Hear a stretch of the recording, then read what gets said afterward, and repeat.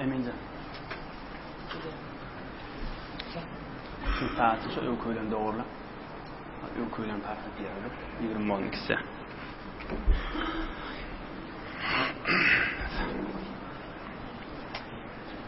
Esselamu aleyküm ve rahmetullahi ve berekatuh. Bismillahirrahmanirrahim.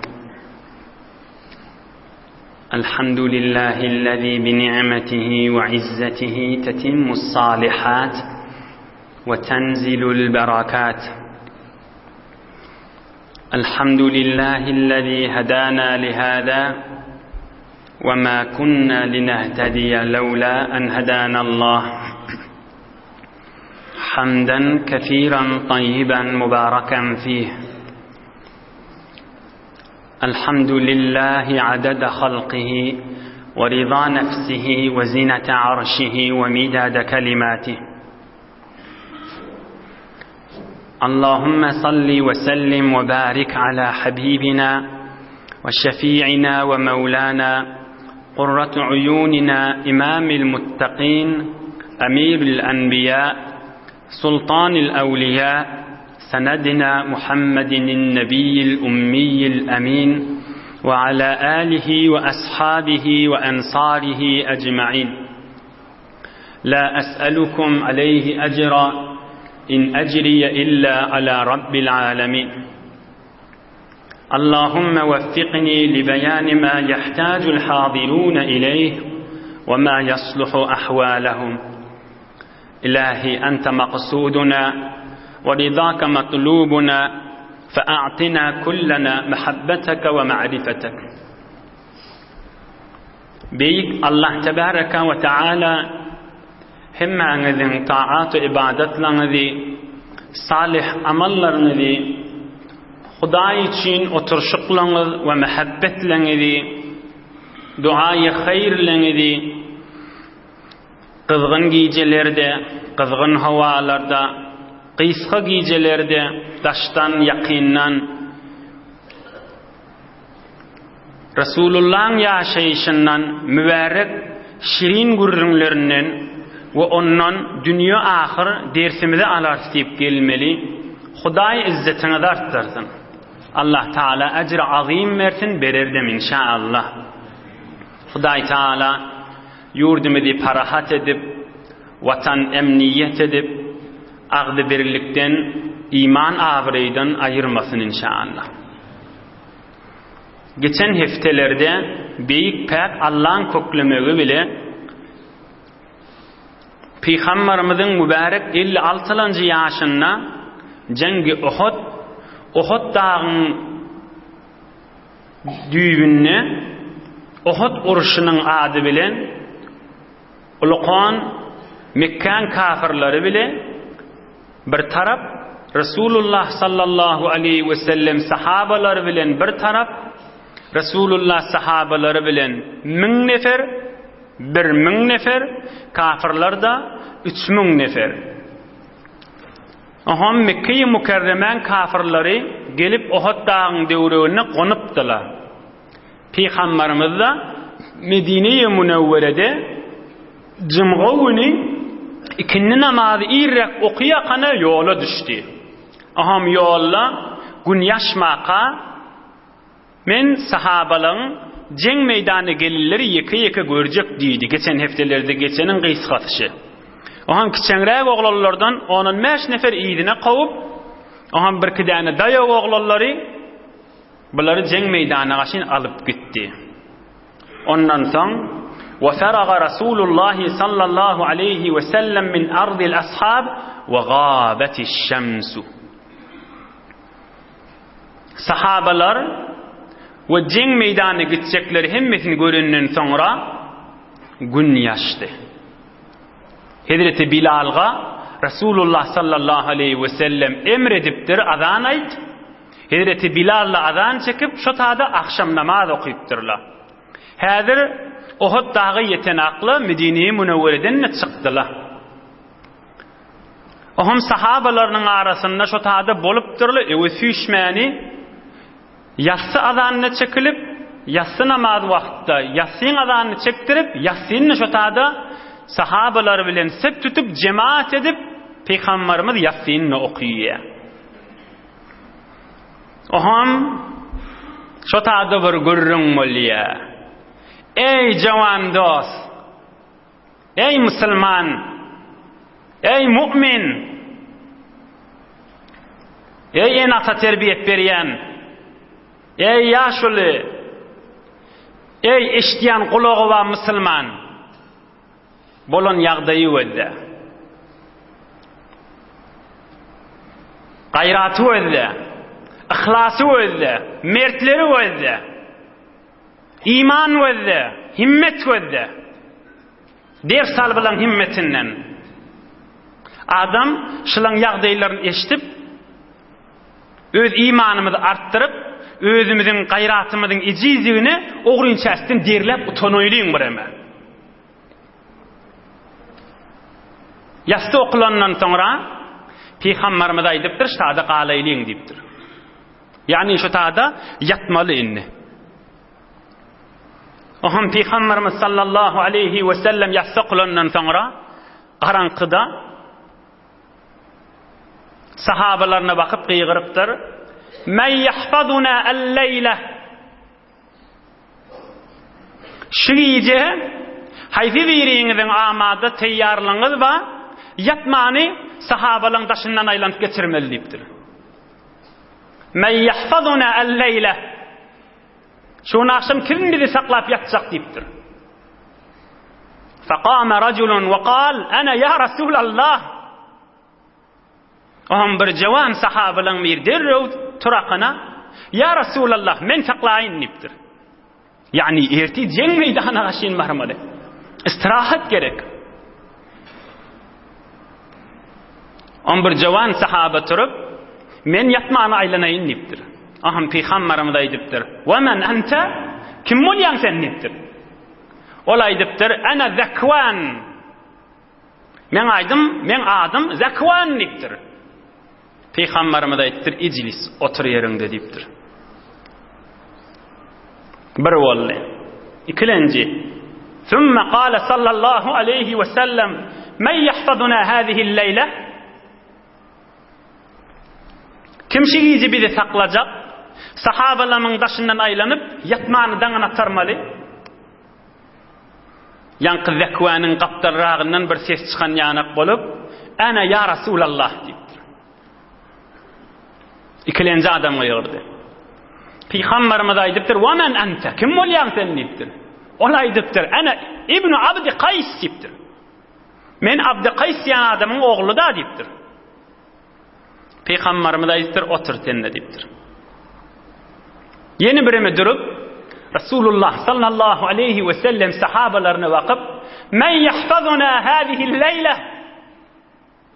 Kim şu gece bizi saklajak diýipdir. Üçüncü adam turupdur. Faqama raculun ve qala ana ya Resulallah. Men saklaýyn diýipdir. "Wa man anta?" Kim bolýan diýipdir Peygamberimiz. Ol aýdypdyr, "Ana Abu Sab'u." Men Abu Sab'u diýen adam diýipdir. Aham Peygamberimiz otur diýipdir muňa da. Üçüncü neferde. Aham bireme güýmenip Peygamberimiz aýdypdyr, "Qumu salasatukum." Üçüňiz de turup gaýdyň malik diýipdir.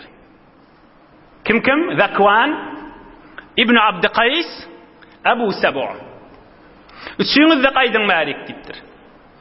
Aham bir nefer Resulullah'ın ýanyna gelipdir, ikisi gelmeýändir. Aham Peygamberimiz aýdypdyr, "Hop sen diýipdir, "Aýna sahibaka?" Hanu iki nefer ýanyndan gygyrýardylar diýipdir. Ol jawan sahaba näme diýipdir. Ol Allah rahmet etsin, Hazreti Zakwan näme diýipdir. Ol merd oglan näme diýipdir. Ol şiir mert näme diýipdir. "Ana allazi kuntu ajabtuka ya Resulallah." Üç gedekde jogap beren men özümdim diýipdir. Bir gedege öz adım aýtdym, adım Zakwan diýipdir. İkilenji gedek men diýdim palanyň ogly diýip aýtdym diýipdir. Abd Qays'ın ogly men diýipdir. Üçüncü gedekde Abu Sab'u diýdim, ma'ruf bi Abu Sab'u men diýipdir.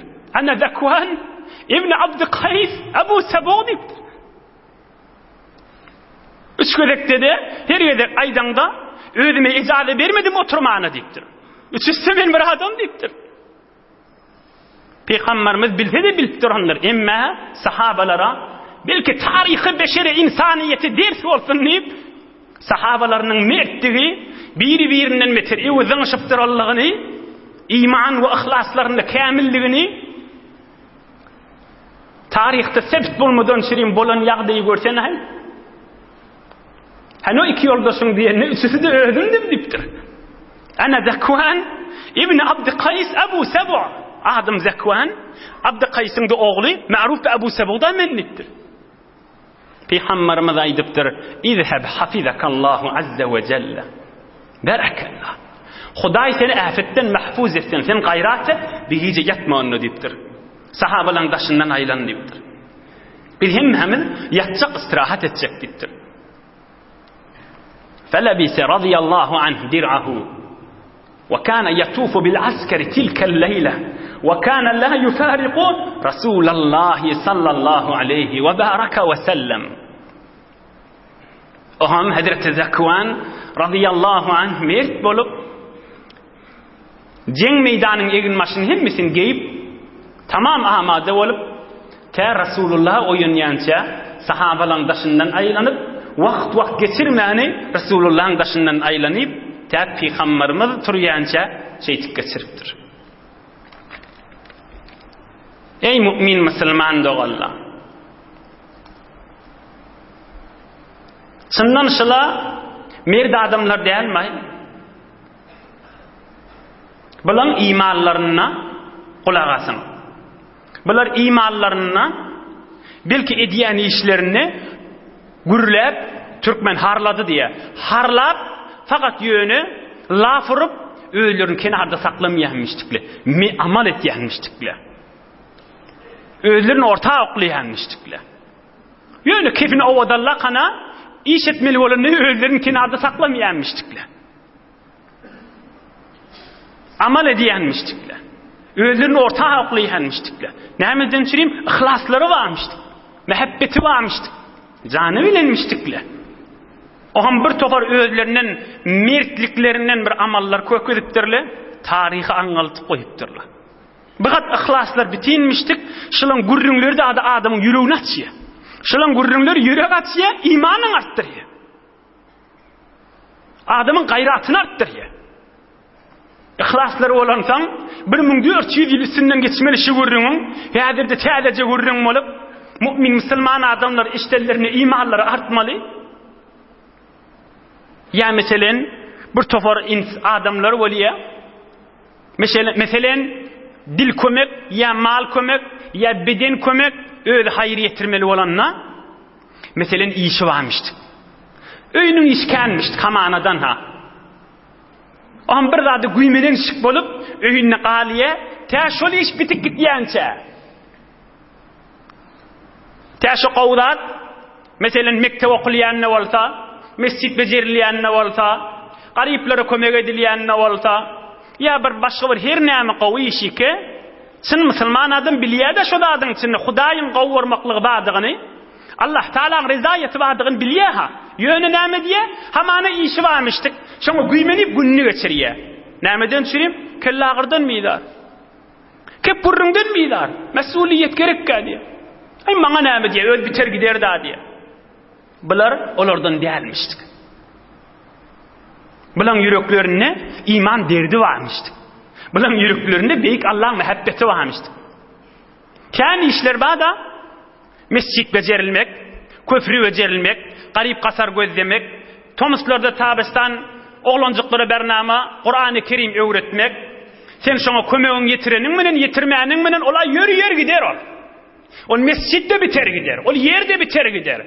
Ama o ödüne şirket etmeyen kenarda koşan adam heyf, sogaptan, bereketten, nurdan kalan adam oldu da. Bi nasib ayi azan nuri azim besteruzen başı az mahe karim. Ey Müslüman, ey mümin, günniydin günertani neciri gün yalfıllap duran malta ya gici ayaydın moltuqa Gaf penjaranı yapsan, perdesini çeksen, üyün içine ışık girýär mi? Girmez. Yoksa daşar, yaktı nurdan ne olur? Hudaýyň nuru yakımın salwaty. Emma otagyň içine girakana gaf penjaranı yapıştırsan, otagyň içine nur girýän däldir. Otagyň içi garaňky bolýandyr. Hala giýje bolsun, hala günnüz bolsun. O şonuň ýaly Hudaýyň rahmaty, Hudaýyň bereketi, Hudaý Taalaň rizayaty nuru dökülüp baty. Emma özüň otaga salypda mene bir kekürüňden biýdar, kellagyrdan biýdar, meselen kellagyrmyşdykda şo. Ay özü biter gider maňa näme diýip, hele ýoglagyň şogy bilen otagyň içinde güýmen çykalsa, bir wagt boş hyýal edamasyn üstüne rahmat ýagarmy kadip, üstüne nur ýagarmy kadip. Hi gaf penjara ýafka öýüň içine nur ýerjekmi? Gaf penjara ýafka öýüň içine bereket girjekmi? Bi nasib ay azan nuri azim, beste rozen başy az mahe karim. Al penjaraň açyk bolmasa öýüň bir nur girip bolmasa, öýe ýakty girýärmi? Öý bejerellerine nur gir goýmaýarlar meger. Öýüň içine ýakty girsin diýip. Emma ol hem yer tutuq bolsa, daşaryň ýakty girýän däldir içerik. Ol ýan kıyana adamda hyýal bilen özüni güýmäp, hiç da haýyryny ýetirmelläden, kömegini ýetirmelläden, ay bolýar men näme namazma okuýan ýa bir zat diýip özüne anasy bilen şeýle maslahatly şakana zada haýyryny ýetirmelläden bolýan adam hyýal etmesin, üstüne rahmatlar ýagarmy kadip. Bir merde adamlary özleň, bir iman adamlaryny özleň. Agallam ey jawan dost, bitin maşarmasaňda şirket etdi gal. Ilim uzatdy gal, adyň ýazdyrdy gal. İçinde badyň ady bolsun, kıyamet günü hesap kitabyň içinde. Hulasa Hazrat Zakwan ibn Abd Qays Abu Sab'a ikisi de bir adam mert bolup daňa diýänçe Rasulullah jan we sahabalaryň daşyndan aýlanyp saklapdyr.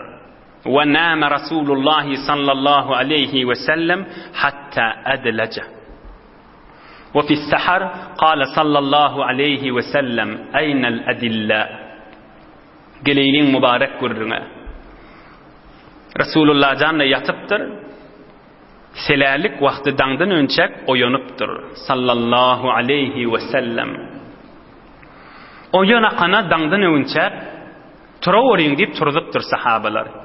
Ohum aýdypdyr, Uhud dağa gaşyn ýakynrak ýol tanyýan kim ma diýipdir. Öwümizden gitsin, ogurynçaja ýakynjak ýerden bizi Uhud dağa gaşyn alyp gitsin diýipdir.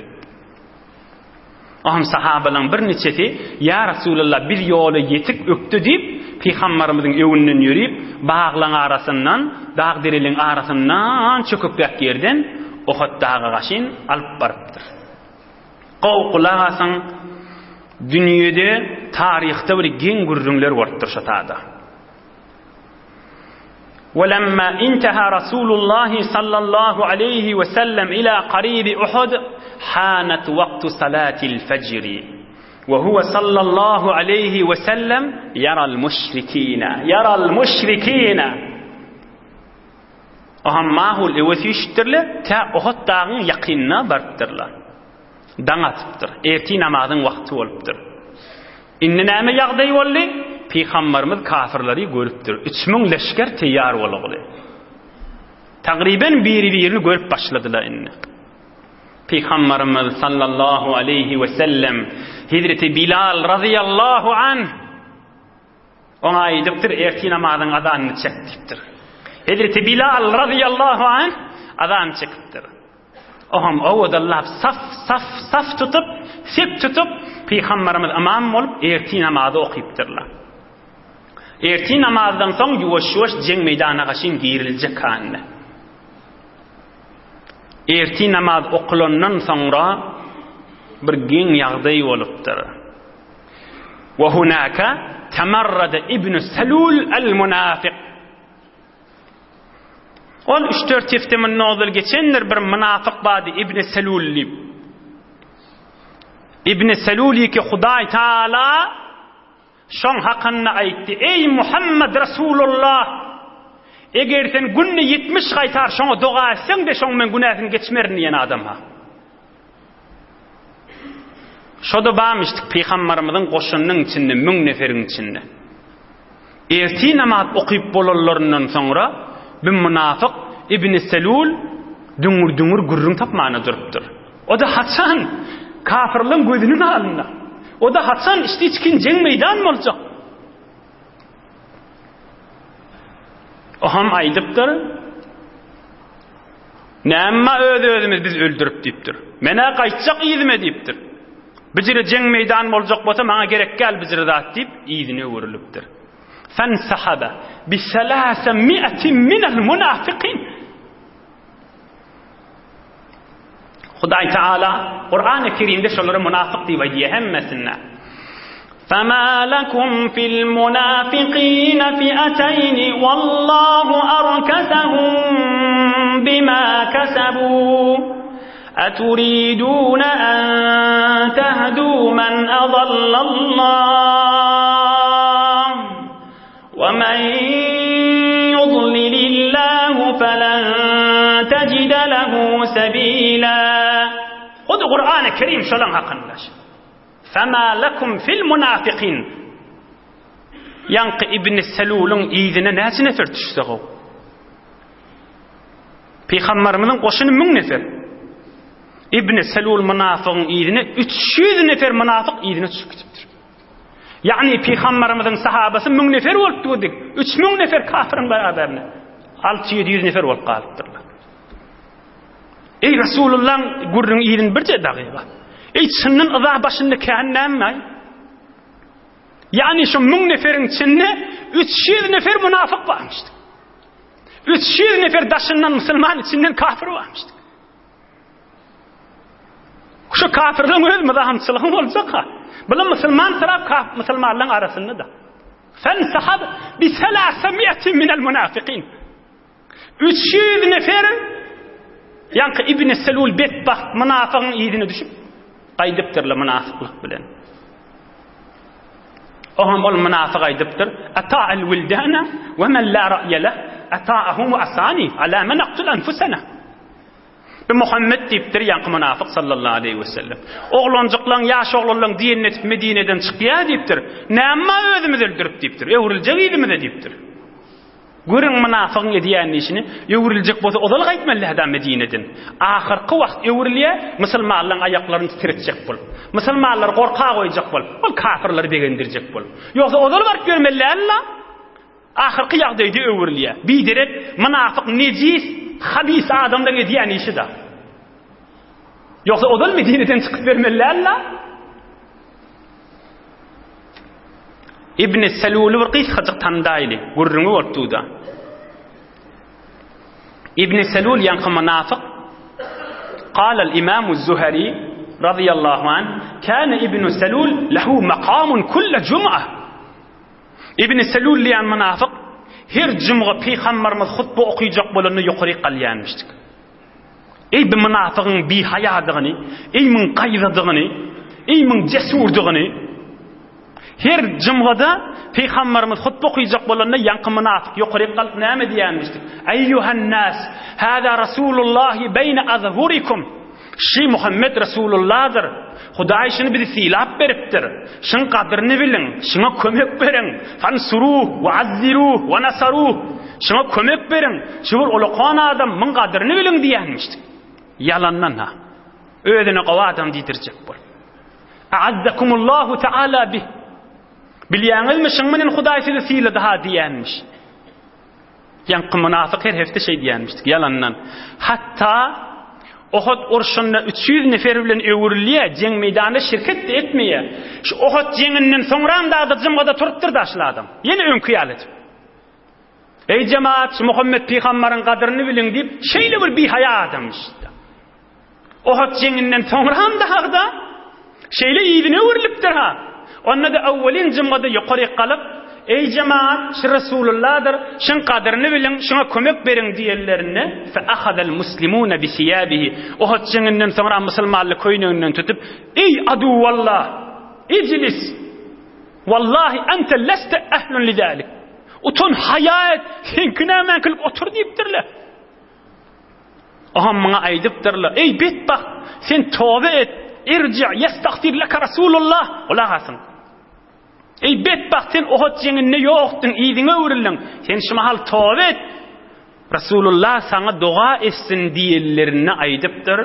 Wallahi ma abghi ay yestagfirli. Duası gerek gelmege Muhammed peygamberin diptir sallallahu aleyhi ve sellem. Şeyli bir bihaya adammıştık. Şeyli bir qayda yüzünün suyu adammıştık. Be her hal erti namaz okulandan sonra 300 nefer münafık bilen sürülüp saylanıp qaydıptır. Bir sürülüp qaydıptır. Oham Hazreti Abdullah İbni Amr ibn Haram sahabalan miri peygamberimiz hiç ehemmiyet vermendir olara. Öwürülmenden zat diýmendir. Emme sahabalan miri bilen ýyzyny düşüp, "Hey beýtmän, öwürülüň" diýipdir. Olar asmandyrlar. Oham bir tarihi bir gurrun aýdypdyr. "Ya kavmi, uzakkirukum Allah." Ey kavmim, Allah'ını sizin yadyňyza salýan diýipdir. "Alla takhzulu qawmakum wa nabiyyakum indama hadara al-adu." Öz kavminizi belki peygamberinizi berip barýaňyz, o da haçan düşman gelenne Yöne soğuk demire suyu kakıp duran yanak kulaklarının kuluğundan marmayan bilaydilyan görürüngler. Näme özümüz öldürüp deyipdirler. Bize vurilecek deyip qaydıptır. Oham yankı sahaba qıygırıptır. "Ab'adakumullah." Huday delil etsin siz deyipdir. "Feseyugnillahu ta'ala ankum nebiyyehu." Huday kömek berer bize deyipdir. Ve Resulullah'a Huday kömek berer. Sizin gereğiniz yoktur. Huday sizi saylap duranmamalı. Siz bir necis adam olunsanız deyipdir. Şu aralarda hudu Kur'an-ı Kerim'de ayetler var. Okuysan giyeceğe kalacak. Huday sizi saylap duranmamalı. Yok bolun deyipdir. İnhem 1000 nefer peygamberimizin leşkeridi. 300'ü saylanıp münafıkmıştık qaydıptırlar. Näçe galdy? 700 nefer halis yalfıllap duran musulmanlar galypdyr. İmanı kamil Resulullah'ın sahabaları.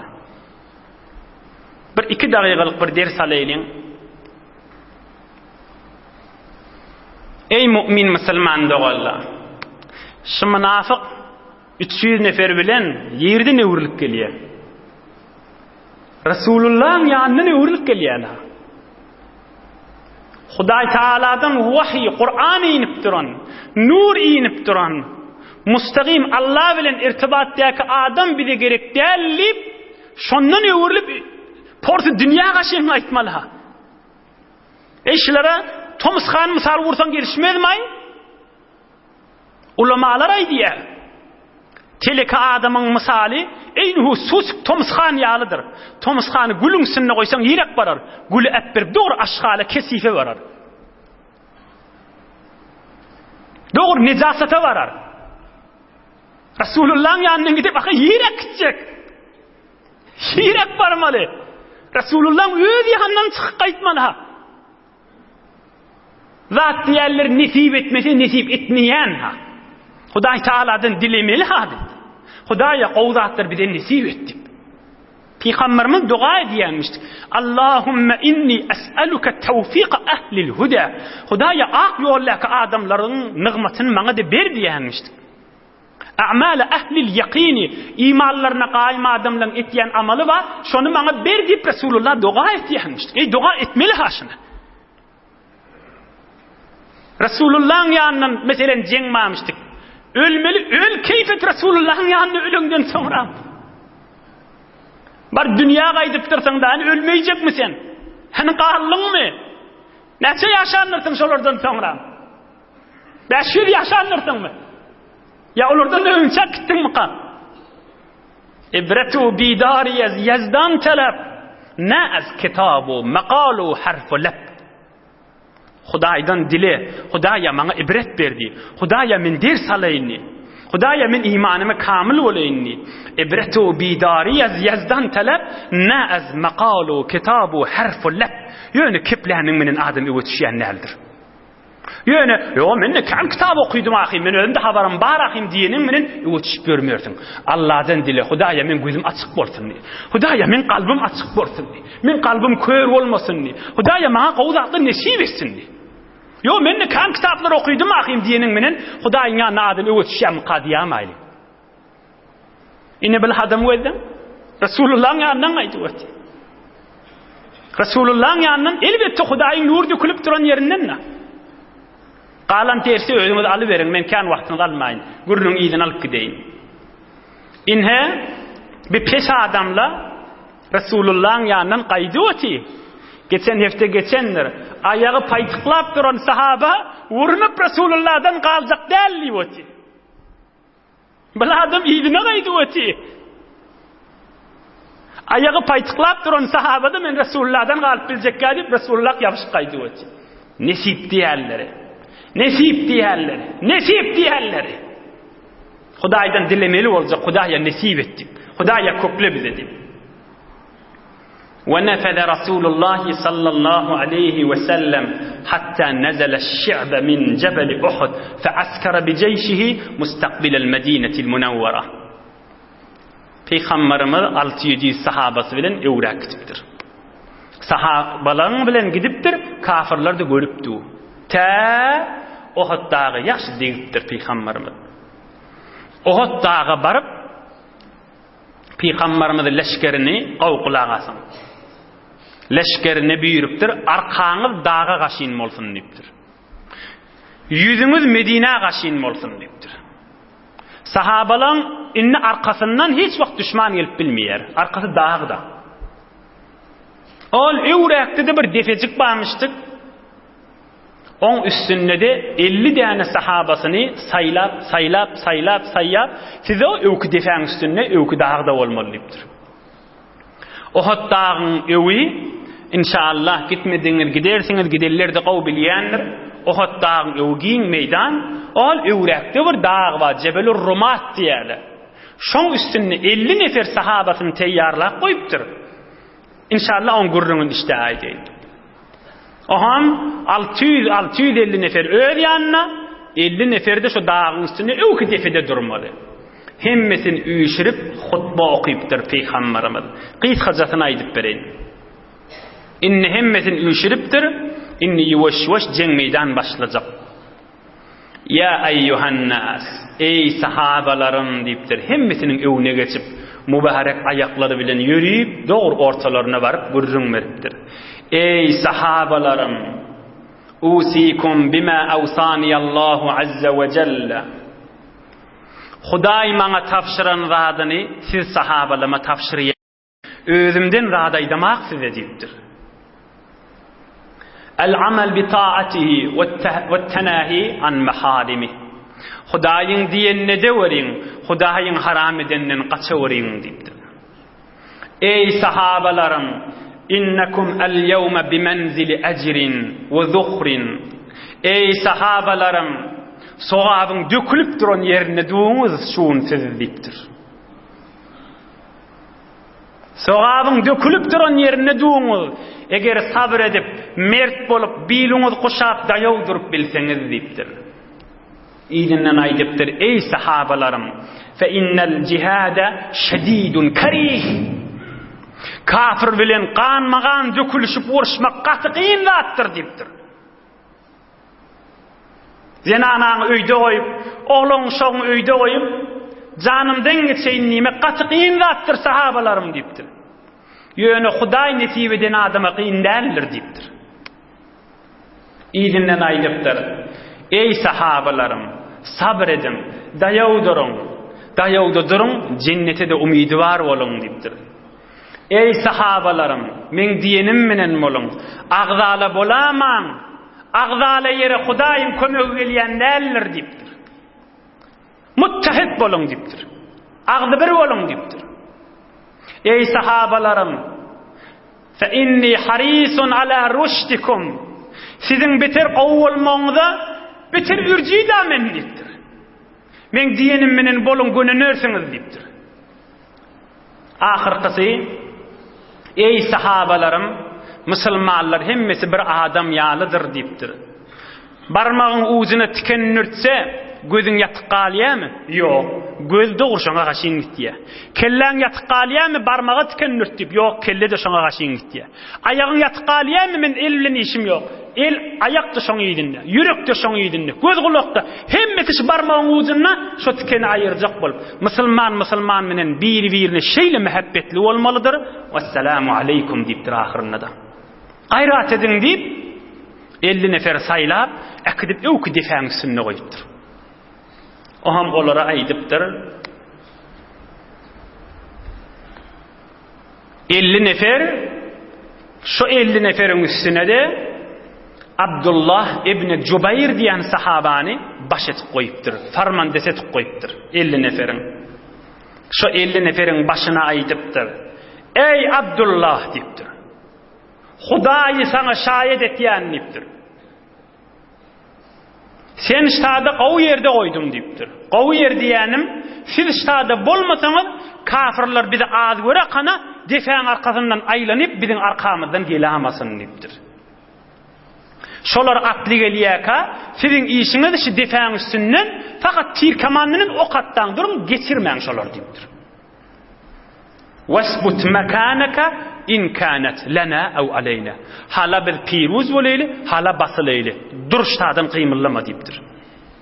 Oham qalan 49 neferi bakyp aýdypdyr peýgamberimiz. Beter geňi açtaý kulak asyn. In ra'aytumuna taqtafuna at-tayru fala tabrahu makanakum hatta ursila ilaykum. Ey sahabalar 49 nefer size de aýdýan diýipdir. Bir wagt kafirler bizi öldürse, biz de yeke qırılsak, laşxor kuşla gelip, bizim kellelerimizi içeligimiz iyse dağdı siz şu tadan qıymıllamaň diýipdir. Şi tüýslisi de qaýym tapşyrýan diýipdir. Bizim laşxorla gelip, bizim cesedimiz iyi otursa dağda, "Wey bulara kömek gerekdir" diýip qaýsaňyz, men adam menden qaýdym. Men adamy bermesem qaýtmaň diýipdir. Bir. İkincisi, "Ve in ra'aytumuna hazamna al-qawma ve watta'nahum fala tabrahu makanakum hatta ursila ilaykum." Yok, kafirler qawalap, yeki qırpşylar dargassak da yine qaytmaň diýipdir. Men ijaze berip adamy berýänçem, hala basyly qyymylamaň diýipdir. Ahyrynda aýdypdyr, "Allahumma inni ushhiduka alayhim." Hudaýa sen şaýet bolşulara diýipdir.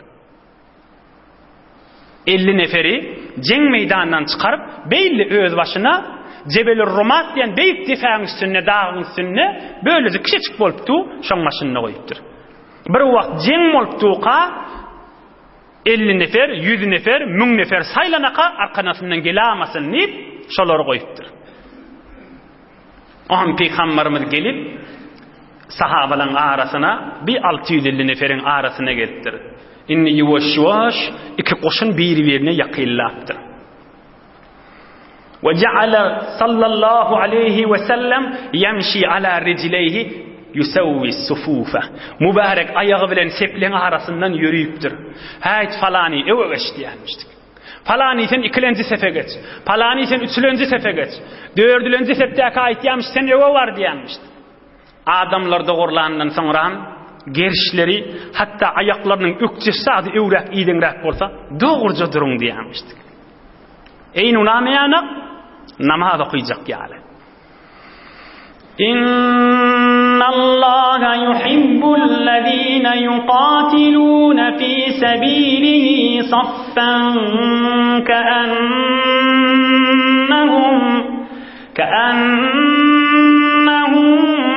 bunyanun marsus. Hudaý aýdýar. Men bendilemma düşmanyň öwünde namazda duran ýaly sep tutup dula, guýulan qurşun ýaly gaýym dula öldürdi diýipdir. Qurşun ýarıljak, bulan sefi ýarıljak diýipdir. Ol Bedir jeňinden ýaly.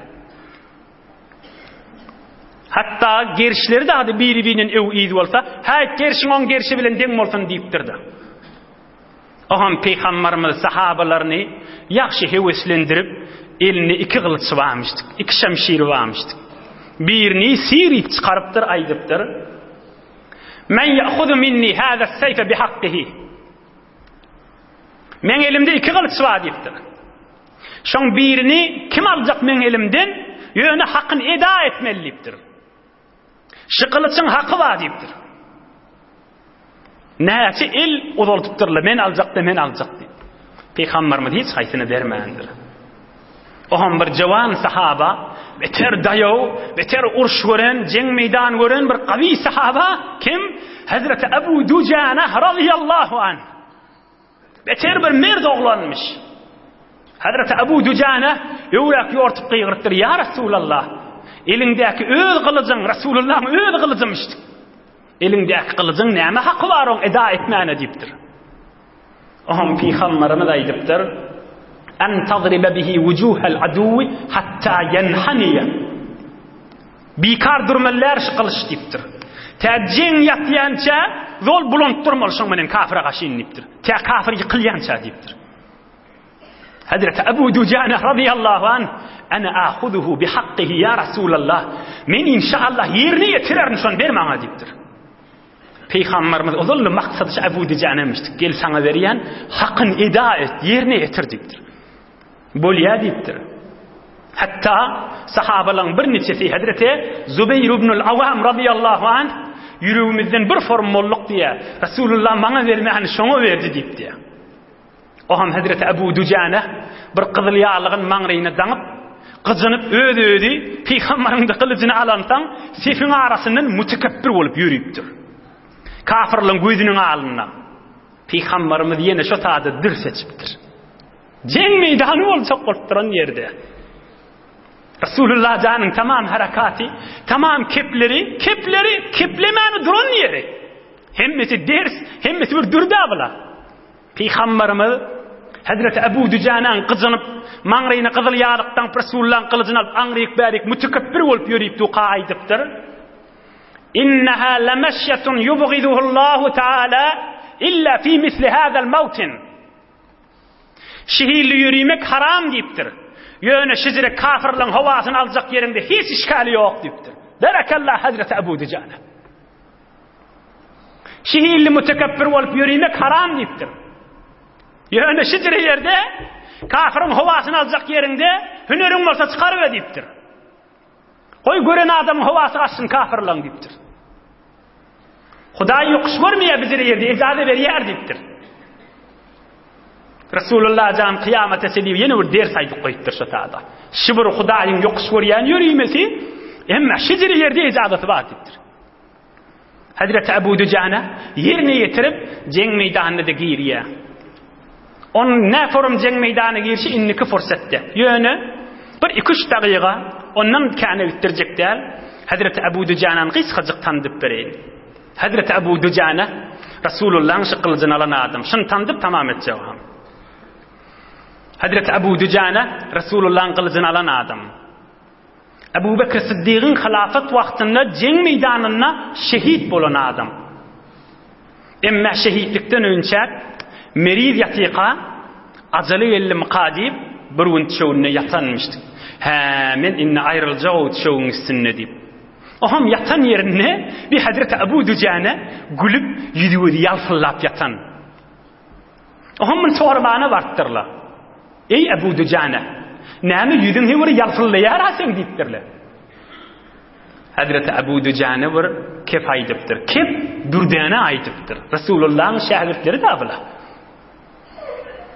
Yüdüm yalfyllamaga iki däne eden işim ma, men iki ahlagym ma, şu iki ahlagym bilen Hudaýyň ýanyna gaty tamam känni adypdyr.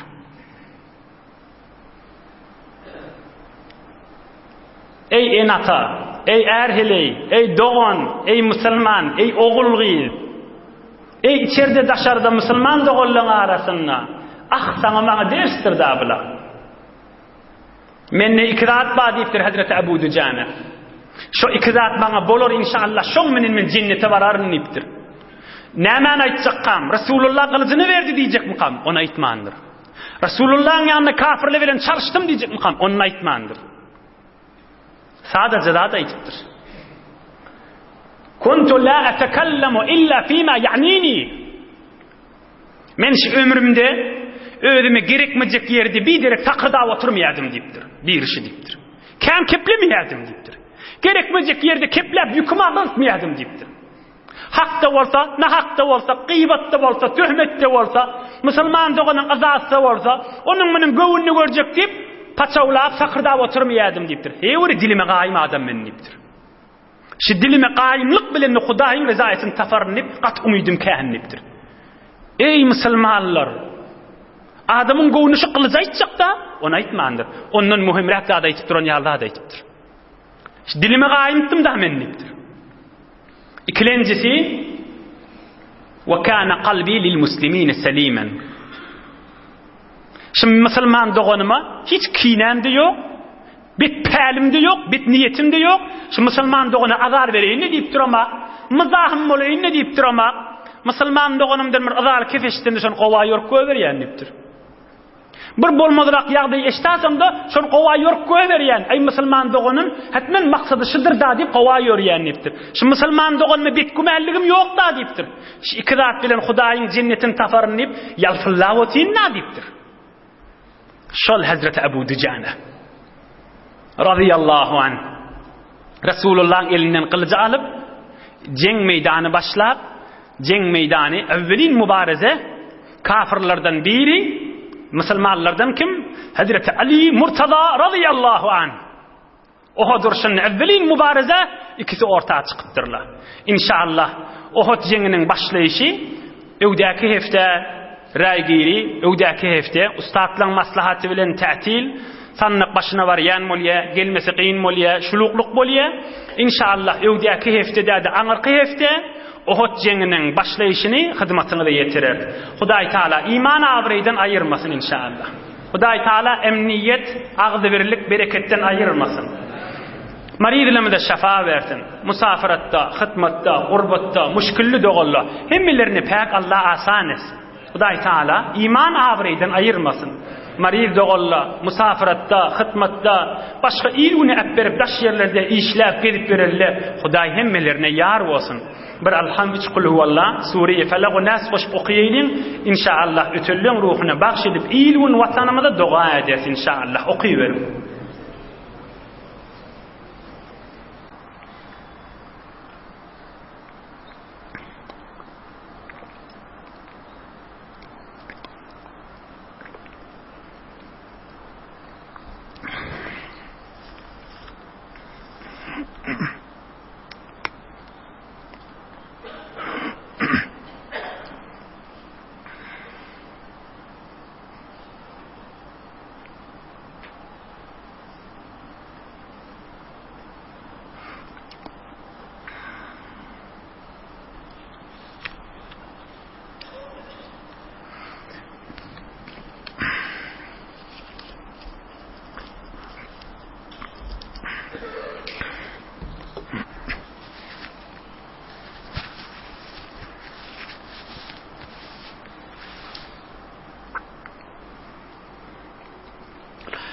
سبحان ربك رب العزة عما يصفون وسلام على المرسلين والحمد لله رب العالمين. Dağın ilahi amin. İlahi amin. Maridimiz ve dua etmelidir. İlahi amin. İlgüne dua ediyor. Vatan emniyet, ağdı birlik, iman avri, parahatçılık, mescid medreselerimiz yürüyüp durmak. İlahi amin. Mektep tabestaniler yürüyüp durmak.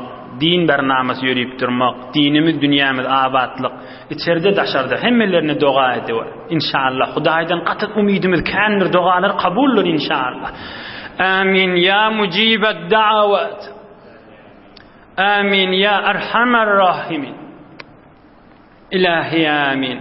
Birahmetke ya erhamer rahimin. Maşallah, barakallah, gayrat edin.